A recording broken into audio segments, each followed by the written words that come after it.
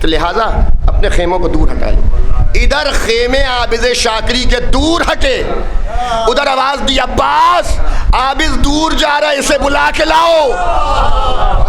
عابد شاکری کو بلا کے لاؤ. عابد شاکری آئے کہ مولا کیا بات ہے؟ کہ عابد تمہارا نام میزن نامے میں موجود ہے, شہادت نامے میں, تمہیں کربلا چلنا پڑے گا. آئے واپس اپنے خیموں میں رخصت لی, ایک گھوڑا لیا, ایک تلوار لی, ایک غلام لیا.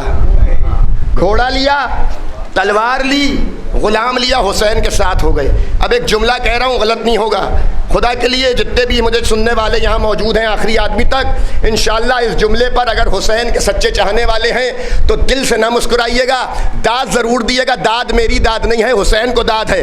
اور حسین آپ آخری آدمی تک دیکھ رہے ہیں, جب میں اشرا پڑھتا ہوں تو سب لوگ وہاں پہ ہوتے ہیں, آپ داد دیتے ہیں. یہاں فاصلہ نہیں ہے, اہل بیت کے ماننے والوں میں فاصلہ نہیں ہوتا, کیونکہ ہم بلا فصل کے ماننے والے ہیں. عزیزان گرامی, جیسے ہی عابد شاکری آئے, ایک تلوار لی, ایک گھوڑا لیا, اپنے غلام کو لیا, اور اس کے بعد عابد شاکری حسین کے ساتھ ہو لیے.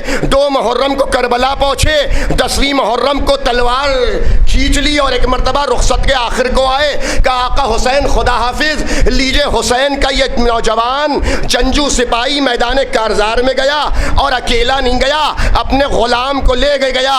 کا ایک مرتبہ اشارہ کیا, پہلے رجس پڑھا جاتا ہے, سب رجس پر لوگ اپنے منہ سے پڑھتے ہیں, عابد شاکری خاموش ہے, غلام رجس پڑھ رہا ہے, جو زمین پر کھڑا ہوا ہے, گھوڑے پر عابد شاکری ہے, غلام میں ہار پکڑے ہوئے ہیں. ایک مرتبہ عابد شاکری کے غلام نے رجس پر آخری آدمی تک خدا کے لیے ہاتھ جوڑ کے بطول سے, آپ اگر دعا چاہتے ہیں اس وقت تو اس جملے پر ضرور بولیے گا, تقریر کا میرا آخری جملہ. ایک مرتبہ عابد شاکری کے غلام کو حکم دیا کہ تو رجس پڑھ دے. وہ کہنے لگا کہ اس کا نام عابد ہے, یہ شجاع اور بہادر ہے, یاد رکھو یہ شاکری قبیلے کا ہے. جب لوگ جوان عرب کے تلواروں پر سائیکل کرتے ہیں تو اس کا نام اپنے تلواروں پر کندہ کرتے ہیں, تلواروں پر کندہ کرتے ہیں. ابھی عابد شاکری کا غلام عابد کی مدح سرائی کر ہی رہا تھا, پیچھے سے حسین کی آواز آئی, عابد تو کیوں نہیں رجس پڑھتا؟ ایک مرتبہ آواز دی, مولا آپ کے دشمنوں کے میں کلام کرنا نہیں چاہتا,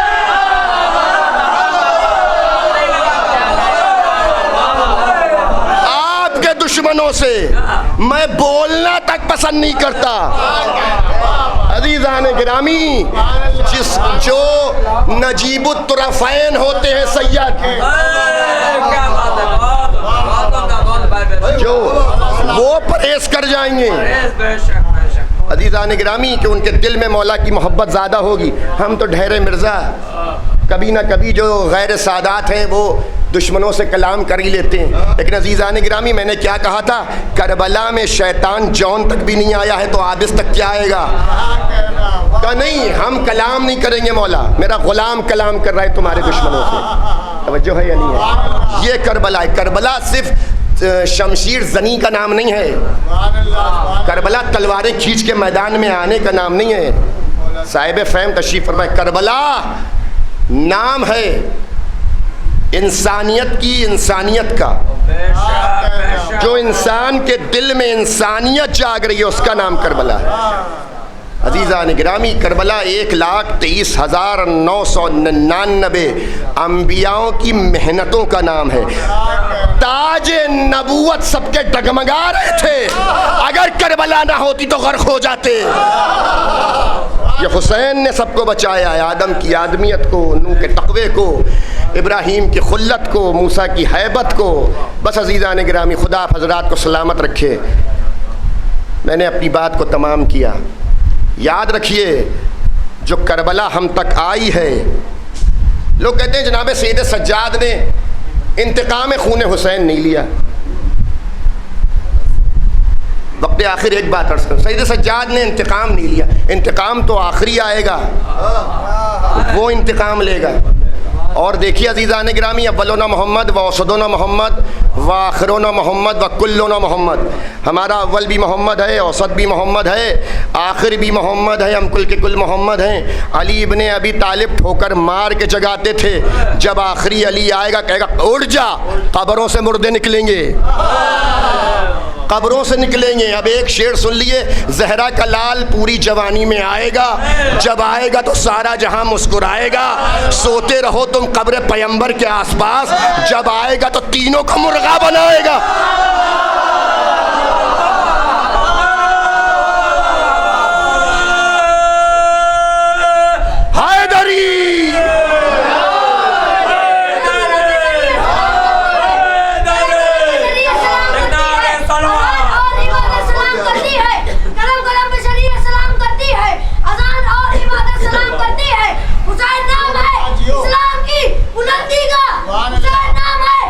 ماشاء اللہ.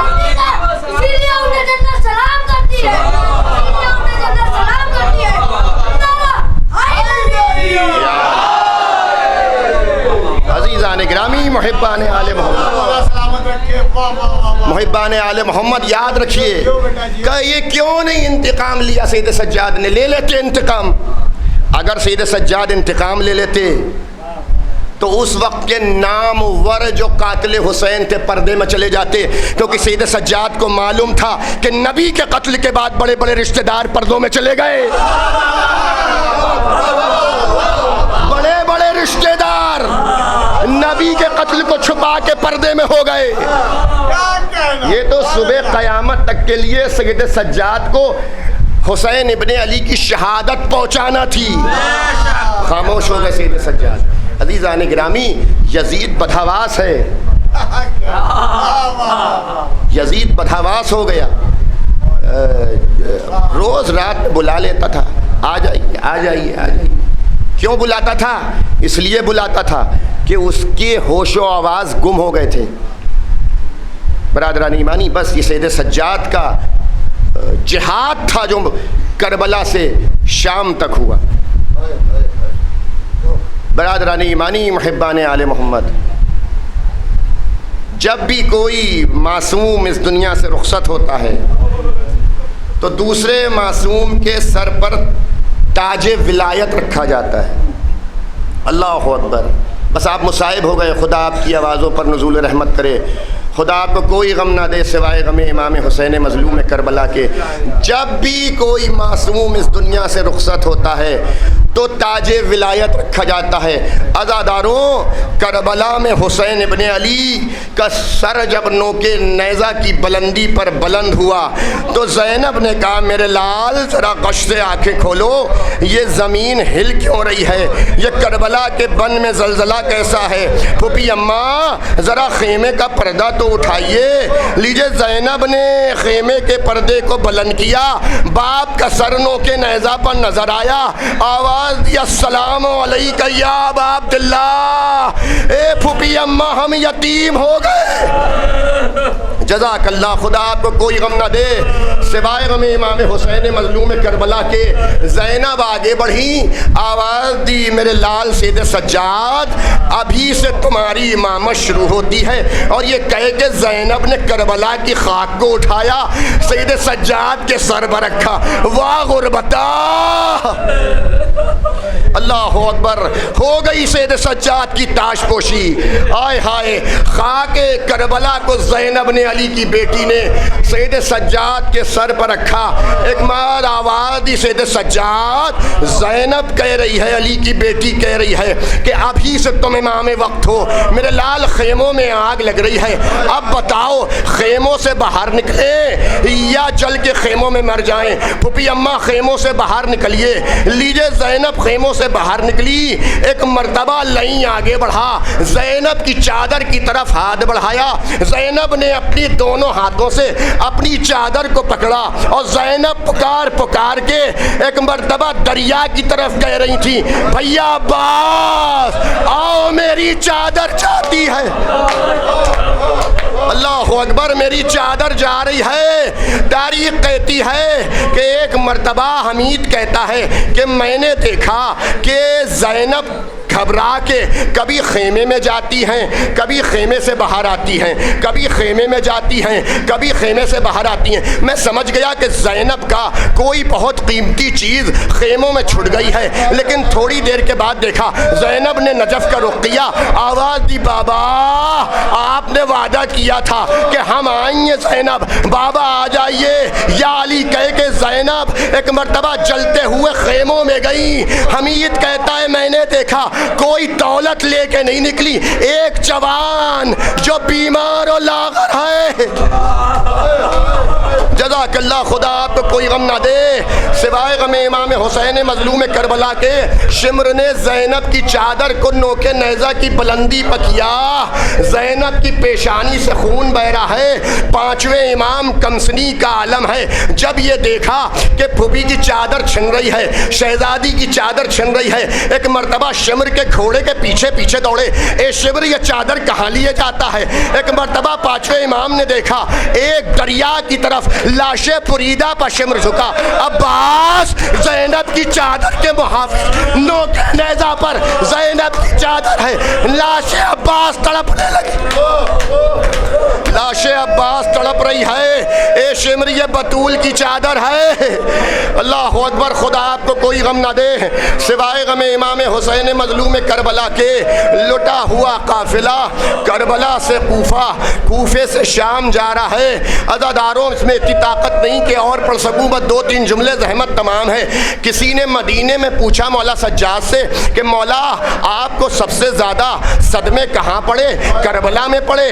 کہا بہت بڑا غم تھا، حسین کے کند خنجر گلے پر چلا، کہا بہت بڑا غم تھا، کہا اکبر کا سینہ چھٹ گیا، کہا بہت بڑا غم تھا، کہا یہ بتائیے مولا کیا تیر شعبہ سے اصغر کا گلا چھدا اس کے غم میں روتے رہتے ہیں؟ جو اتنا روتے رہتے ہیں کیوں روتے ہیں اتنا؟ مولا اتنا تو بتائیے کہ شام میں ہم پر وہ مظالم ہوئے، شام نہیں بھول سکتا۔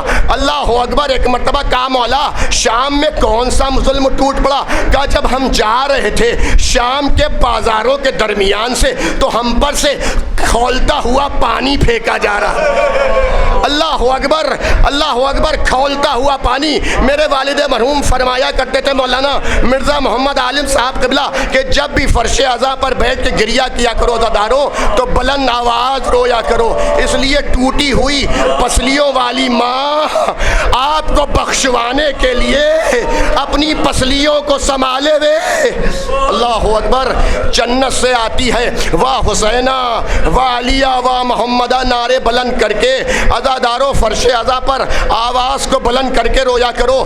تاریخ کہتی ہے کسی نے پوچھا مولا شام میں کون سی مصیبت آ گئی، کون سا صدمہ ٹوٹ پڑا؟ کا سب سے بڑا صدمہ جو ہمیں ہر وقت رلاتا ہے کہ جب میری پھوپھی زینب کا اونٹ شام کے بازار کے درمیان سے جا رہا تھا تو 2000 شرابی میری پھوپھی زینب کے آگے تھے اور وہ شعر یہ پڑھ رہے تھے، اس کا مطلب یہ تھا کہ میں علی نے میرے مردوں کو مارا، ہم نے علی کے مردوں کو مارا، علی نے میری عورتوں کو بیوہ کیا، ہم علی کی عورتوں کو بیوہ بھی کریں گے، ان پر سنگزاری بھی کریں گے۔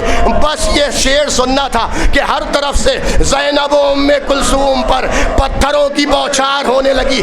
جب پتھر تیز ہونے لگے تو زینب ناقے سے زمین شام پر گری، گھٹنیوں کے بل چلتی ہوئی زینب اٹھ نہیں پا رہی ہیں، آواز دے رہی ہیں اے بھیا حسین تمہارے اوپر بھی تیروں کی بوچھار، اے میرے بھیا مجھ پر پتھروں کی اتنی بوچھار ہے کہ بھیا بہن چل بھی نہیں پا۔ پسنداروں میری آواز ساتھ نہیں دے رہی ہے، بس مجلس تمام ہے، بہن چل بھی نہیں پا رہی ہے، اے بھیا بہن کو سہارا دے دو۔ لیجے قافلہ داخل دربار ہو گیا۔ ایک مرتبہ جیسی قافلہ داخل دربار ہوا، ایک مرتبہ زینب خاک پہ بیٹھی ہوئی ہیں، شمر تازیانہ لے کے آیا، کہا زینب چلیے داخل دربار ہو جائیے۔ ایک مرتبہ زینب نے کہا بابا علی آ جائیں تو زینب داخل دربار ہو جائے۔ شرابیوں تماشائیوں کے مجمع میں کیسے زینب چلی جائے. بس ایک مرتبہ زینب اٹھی, نجف کا رقیہ, آواز دی بابا 21ویں رمضان کو تم نے وعدہ کیا تھا زینب دربار میں داخل ہو جانا. آؤ بابا, پہلو سے آواز آئی, زینب یہ تیرا بابا علی, اللہ اکبر, یہ تیرا بابا آ چکا. ایک مرتبہ جب یزید نے دیکھا کہ ایک بلند قامت کی بی بی ہے, کہا یہ شمر یہ بتا یہ بلند قامت کی بی بی کون ہے؟ کہا یزید تجھے نہیں معلوم, یہ علی کی شیر دل بیٹی زینب ہے, یہ حسین کی بہن زینب ہے. کہا زینب کو میرے سامنے لاؤ. تماشائیوں کا مجمع, اللہ اکبر. زینب پہ مخنا و چادر. تاریخ کہتی ہے وہ غیرت دار بیٹا جس کی پھوپھی سامنے تماشائیوں کے مجمع میں ہے, عبد بیمار کی آنکھوں سے آنسو نہیں خون بہ رہا ہے. ایک مرتبہ یزید نے دیکھا, کہا آواز دی اے شمر زینب کو تازیانے مارے جائیں. بس یہ سننا تھا. زینب کے اوپر شمر تازیانہ لہراتا ہوا زینب کی طرف آگے بڑھا. عنقریب چاہے زینب کے جسم اطہر پر تازیانہ لگتا. ایک مرتبہ فضا آگے آ گئی, آواز دی اے حبشی غلاموں تمہاری غیرت کو کیا ہو گیا؟ تمہارے حبش کی شہزادی فضا تمہارے سامنے کھڑی ہے, تمہیں حکم دے رہی ہے. ایک مرتبہ شمر چاہتا ہے کہ فضا کو بھی تازیانے مارے جائیں. فضا نے پھر بڑے دربار کو دیکھا, اے حبشی غلاموں ارے خدا را تمہاری غیرت کو کیا ہو گیا؟ فضا کے تازیانے مارے جائیں, تمہاری شہزادی کے, تم خاموش ہو کے دیکھتے رہو. ایک مرتبہ حبشی غلاموں نے تلواروں کو کھینچا. یزید اگر ایک بھی تازیانہ فضا کے لگ گیا تو آج تیرے تخت کے چاروں پاؤں خون میں ڈوب جائیں گے. زینب نے کلیجے کو پکڑا, نجف کا رقیہ, آواز دی بابا فضا کے حامی موجود ہیں, اے بابا زینب کا کوئی.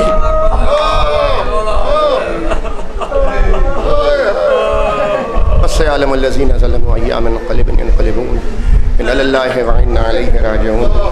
پروردگارہ تجھے محمد و آل محمد کا واسطہ حاضرین مجلس بانی مجلس کے دلی مقاصد کو پورا فرما. ہمارے امام زمانہ علیہ السلام کے ظہور میں تاجیل فرما.